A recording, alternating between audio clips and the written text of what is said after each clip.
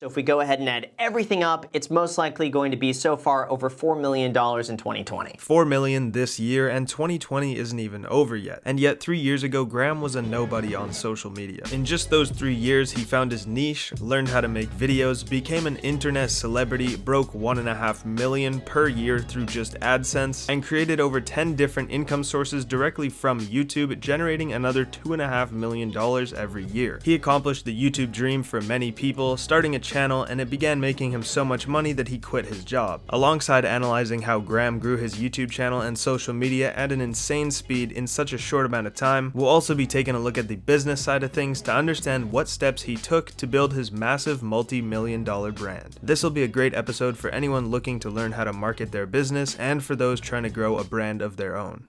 The blue ocean of money talk. When Graham started making videos a few years ago, 99% of the other people talking about money on YouTube were companies trying to sell you something. Everyone wore a suit and would seem kind of salesy, and a blue ocean is a term used to describe when some type of innovation occurs in an industry. Marketing teams are always trying to find or create their own blue ocean where they are the only one in that space. Graham did exactly this, but he actually grew into it. He didn't just start there. At the beginning, Graham kind of came off as one of those salesy guys, you know, wearing his sunglasses inside and showing a bit of his sports car off, which there's nothing wrong with, but it certainly leads to people comparing him to other people in that space. Even though Graham had a good amount of money at this time, he wasn't buying anything crazy just to show off. You know, he had a nice car, but it wasn't anything insane. I was gonna say even I could actually buy that car right now, but then I looked it up and I most certainly cannot, so please like and subscribe and watch all of my ads. Of course, I'm kidding, but I'm also not. Over time, Graham began realizing that people were coming to his channel for his topics and knowledge and, well, also him, not for his cool lifestyle. Although his focus was always to help and teach people about finance and money, he started to focus more on that aspect instead of sharing his life. Graham started talking about mistakes he'd made financially, stories of tough times he went through, which is actually how I found him in the first place, and in general just sharing more and creating a stronger connection with his fans. Showing your mistakes and showing your vulnerability to your audience lets them feel more connected to you. Instead of just seeing you as a person on the internet, they see you as someone they like and possibly even someone who's their friend. Graham was super personable, which is also most likely one of the main reasons he was such a great real estate agent. Graham actually started a YouTube channel when he was already a millionaire and at the time a real estate agent. This meant that the knowledge he shared in his videos wasn't just a bunch of random facts or ideas about making that bread. It was information that he used himself to build his wealth, and now he was sharing it with us for free. At the time, this type of money-making knowledge was not easy to come across, especially on the internet, and even if you were to pay, it was still hard to find. Free personal finance lesson? He teaches you how to build $1 million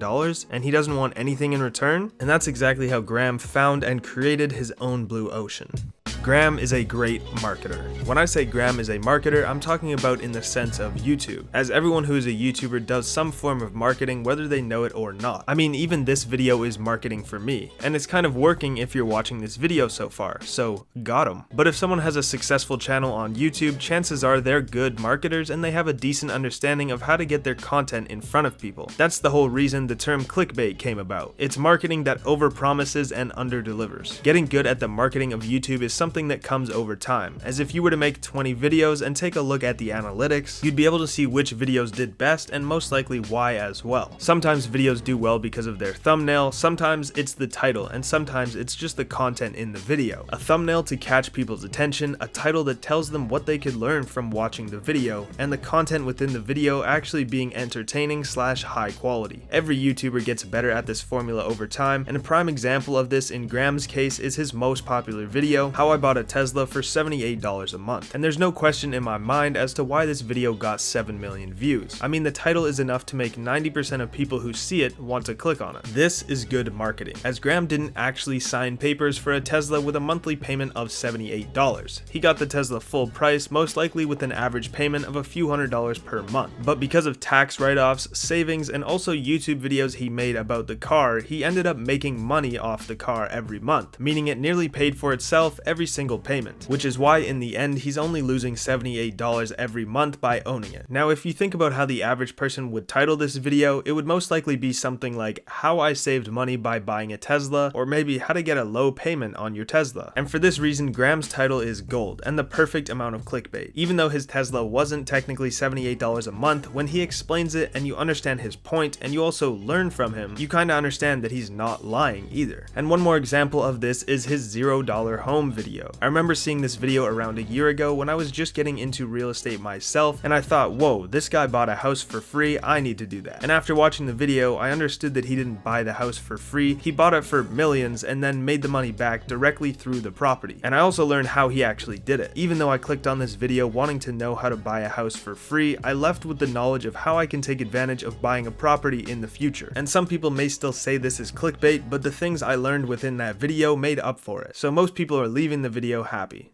Constant channel upgrades. Every channel upgrades over time. When your followers and subscribers go up, you want to upgrade your equipment to create better content for them. Things like microphones, cameras, lighting gear, and for me personally, I just bought a hot tub because I deserve it. But not only am I talking about equipment updates, I'm mainly referring to the quality of the content being upgraded. As mentioned before, Graham's channel grew into what it is today and wasn't that special right at the beginning. As I was looking for videos to use within this video, I came across this, tips to be a real estate agent, and the first 3 minutes is nothing really besides Graham turning on the lights of this apartment. And this isn't me hating on his content by any means. I mean, we all start somewhere and my beginning was much worse. My point is that only after a few years of consistently getting better and upgrading every part of his content, he's been able to reap massive rewards. And another point here is that I even noticed Graham started with his iPhone in this video, and as I mentioned, he was already a millionaire at this time. It just proves the point even more of not needing expensive gear to get started. If you don't have good content, the quality of your camera will not fix that.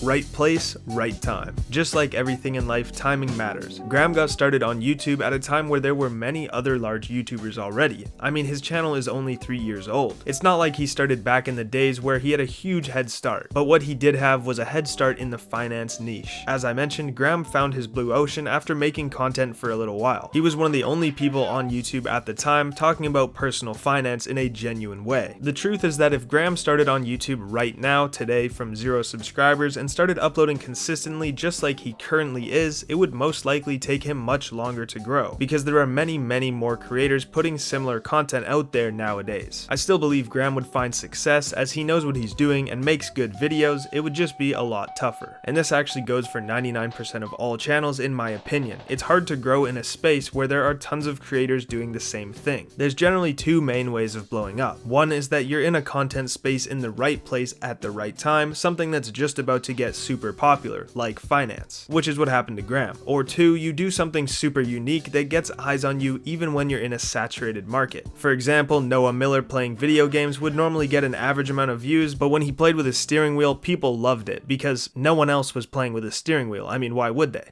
So how does Graham make so much money? As we know, he's making a lot of money. Over 4 million this year just from YouTube and the streams that come from it. And that's not even counting his rental properties and income sources separate from YouTube. We see creators and business moguls everywhere talk about how you should have multiple sources of income if you want to be a millionaire. And the truth is that it is easier to grow income sources when you either have money to start with or have a platform to start with. Some ways that Graham currently makes money, you and I may not be able to do because we just don't have a large enough platform or know enough people to promote it. Now, I don't know exactly how much each income source makes him individually, but we do know that it adds up to roughly $4 million.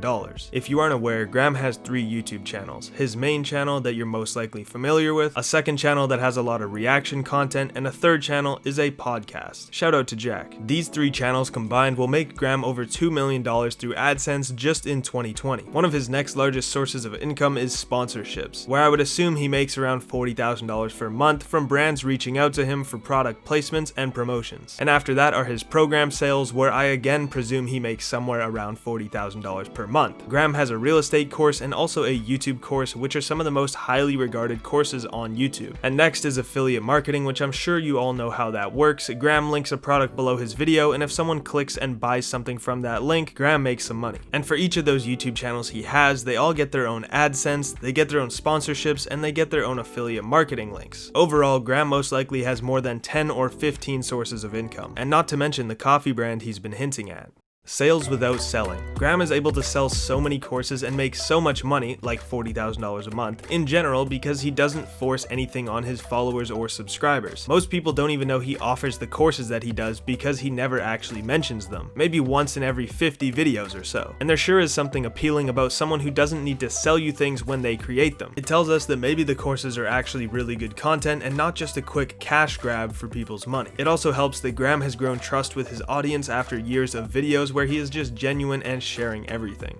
The success Graham has today was a mix of luck and hard work, which is pretty much the combination of everyone successful, as everyone gets lucky once in a while, and specifically on YouTube, it can help you a lot. He continuously improved his content over the years, he was in the right place at the right time, he found his blue ocean by being personable in the finance niche, and most importantly, he learned the marketing game of YouTube. The amount of money he makes is all due to him putting in the work early on, and always developing his business strategies around his personal brand. And the only way to end this video is in perfect Graham fashion. Please smash that like button for the YouTube algorithm, as it truly does help out my channel, and be sure to subscribe if you're into this type of content. Support the series if you want to see more of it, and I will be sure to see you guys next week.